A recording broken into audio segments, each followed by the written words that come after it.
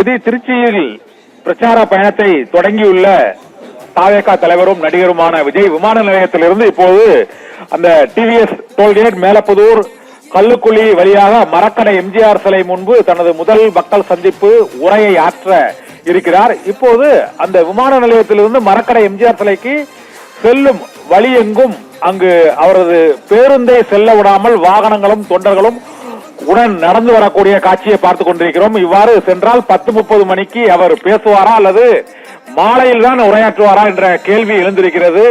இப்போது பேருந்துக்கு உள்ளே இருந்தவாறே road show நடத்தக்கூடாது என்ற நிபந்தனை விதிக்கப்பட்டிருந்த சிலையில் பேருந்துக்கு உள்ளே இருந்தவாறு ரசிகர்கள் அளிக்கக்கூடிய அந்த வரவேற்பை ஏற்றுக்கொண்டு இப்போது பேருந்து ஊர்ந்து வரக்கூடிய அந்த காட்சியை பார்த்துக் கொண்டிருக்கிறோம். இன்னும் 4 பகுதிகளை கடந்து அந்த மரக்கடை எம்ஜிஆர் சிலை முன்புதான் அவருடைய பிரச்சார பொதுக்கூட்ட உரையானது முதலில் நிகழ இருக்கிறது. இதற்காக இன்று சென்னையிலிருந்து தனி விமானம் மூலம் திருச்சி வந்த நடிகர் விஜயை விமான நிலையத்திலிருந்தே இது போன்று ஊர்வலமாக அங்கு பவுன்சர்கள் தொண்டர்கள் புடைசூழ அந்த பிரத்யேக பேருந்து பிரச்சாரத்திற்காக வடிவமைக்கப்பட்ட அந்த பிரத்யேக சிறப்பு சொகுசு பேருந்து அங்கு திருச்சி சாலையில் வந்து கொண்டிருக்கக்கூடிய அந்த காட்சியை பார்த்துக் கொண்டிருக்கிறோம்.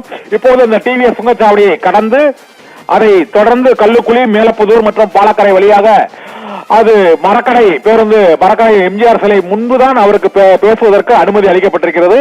அங்கு அவர் தொண்டர்கள் முன்னிலையில் உரையாற்றுவார் என எதிர்பார்க்கப்படுகிறது. இந்த முதல் உரையில் விஜய் என்ன அறிவிப்புகளை என்ன பிரச்சனைகளை பற்றி பேசப் போகிறார் என்ற கேள்வி எழுந்திருக்கிறது. ஏனென்றால் பொதுவாக தேர்தல் பிரச்சார பயணத்தில் எந்த இடத்தில் பிரச்சாரத்தை தொடங்குகிறார்களோ எந்த இடத்தில் அந்த கட்சியின் தலைவர் பிரச்சாரம் செய்கிறாரோ அந்த மாவட்டத்தின் பிரச்சனைகள் அந்த மக்களின் பிரச்சனைகள் அதற்கு என்ன தேவை என்ன நிறைவேற்றப்படவில்லை என்பது உள்ளிட்ட பல்வேறு அம்சங்களை குறிப்பிட்டு பேசுவார்கள். ஆனால் நடிகர் விஜயை பொறுத்தவரை அவருடைய விக்கிரவாண்டி மாநாட்டிலும் மதுரை மாநாட்டிலும் ஒட்டுமொத்தமாக பொதுவாக ஊழல் மற்றும் லஞ்சம் குடும்ப ஆட்சி என்ற அளவில் தான் அவர் பேசியிருக்கிறார். இதே போல மத்திய அரசை பொறுத்தவரை நீட் தேர்வு உள்ளிட்ட சில பிரச்சனைகளை மட்டுமே மையப்படுத்தி விஜய் உரையாற்றியிருக்கிறார். இதனால் இன்று திருச்சி, பெரம்பலூர், அரியலூர் என 3 மாவட்டங்களில் 7 இடங்களில் பிரச்சாரத்தை மேற்கொண்டு மக்கள் சந்திப்பு உரையாற்ற உள்ள விஜய் அந்த பகுதி மக்களின் பூகோள சமூக அரசியல் ரீதியான பிரச்சனைகளை மக்கள் முன் பேசுவாரா அல்லது ஏற்கனவே மாநாட்டில் பேசிய உரையை போலவே பொதுவான பிரச்சனைகளை பேசுவாரா என்ற கேள்வி எழுந்திருக்கிறது.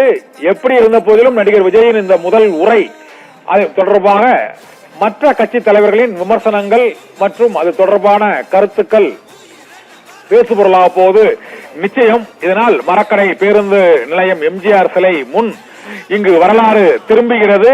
67, 77 அண்ணா எம்ஜிஆரை போல 26 புதிய வரலாற்றை படைப்போம் என்ற முழக்கத்தோடு பேருந்தில் அண்ணா எம்ஜிஆர் உருவப்படங்களுக்கு மத்தியில் விஜயின் உருவம் பொறித்த அந்த பேருந்து இப்போது திருச்சியில் பயணத்தை தொடங்கி இருக்கிறது.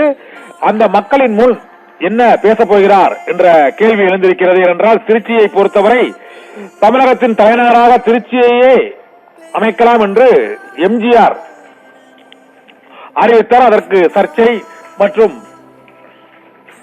பல்வேறு விதமான விமர்சனங்கள் அப்போது எழுந்தன. இப்போதும் தமிழகத்தின் மத்திய பகுதியாக விளங்குவது திருச்சி, காவிரி ஆறு பாயக்கூடிய ஒரு அமைதியான நகரம். அந்த திருச்சி மாநகரில் இந்த 50 ஆண்டு கால திராவிட கட்சிகளின் ஆட்சியில் என்ன பிரச்சனைகள் நிறைவேற்றப்படாம பிரச்சனையாக இருக்கிறது, அந்த மக்களுக்கான தேவை என்ன மற்றும் திருச்சியை சுற்றியுள்ள மற்ற கிராம மக்களின் விவசாய விளைநிலங்களின் பிரச்சனை என்ன, அங்கு உள்ள கொள்ளிடம், காவேரி ஆகிய தடுப்பணைகளினால் அங்கு ஏற்படக்கூடிய பாதிப்பு மற்றும் திருச்சியில் உள்ள கல்வி நிறுவனங்கள், தொழில் நிறுவனங்கள் சந்திக்கும் பிரச்சனைகள் ஆகியவற்றை எல்லாம் விஜய் பேசுவாரா, அவருக்கு அந்த பிரச்சனைகளை பற்றி தெரியுமா, அந்த மக்களின் எண்ணங்கள் உணர்வுகள் அவருக்கு முதல் கூட்டத்தில் பிரதிபலிப்பாரா என்றெல்லாம் பல்வேறு கேள்விகளை அரசியல் விமர்சகர்கள் எழுப்பி வருகிறார்கள்.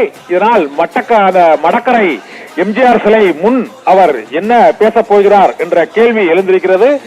இப்போதைக்கு ஒரு ரசிகர் கும்பல் அந்த பேருந்தை சுற்றி கூச்சலிட்டவாறு முழக்கங்களை எழுப்பியவாறு சாலையில் ஓடிக்கொண்டிருக்கக்கூடிய காட்சியும் வழியில் ஆங்காங்கே கீழே விழுந்து எந்திரிக்கக்கூடிய காட்சியும் அவர்களது உடைகள், பைகள், செருப்புகள் ஆங்காங்கே சிதறி கிடக்கக்கூடிய அந்த காட்சிகளும் இப்போதே விமான நிலையத்திலிருந்து அந்த டோல்கேட் மற்றும் கல்லுக்குழி மேலப்புதூர் பாலக்கரை பகுதிகளில் அவருடைய ரசிகர்கள் வந்து குவிந்து அந்த திரைப்படங்களை பார்ப்பதற்கு வருவது போல விஜய் ரசிகர்கள் இப்போது குவிந்துள்ள அந்த காட்சியை பார்த்துக் கொண்டிருக்கிறோம். தொடர்ந்து நேரலையில் இணைந்திருங்கள். அவர் இன்னும் சற்று நேரத்தில் உரையாற்றப் போகிறார். அதையும் நாம் பார்க்கலாம்.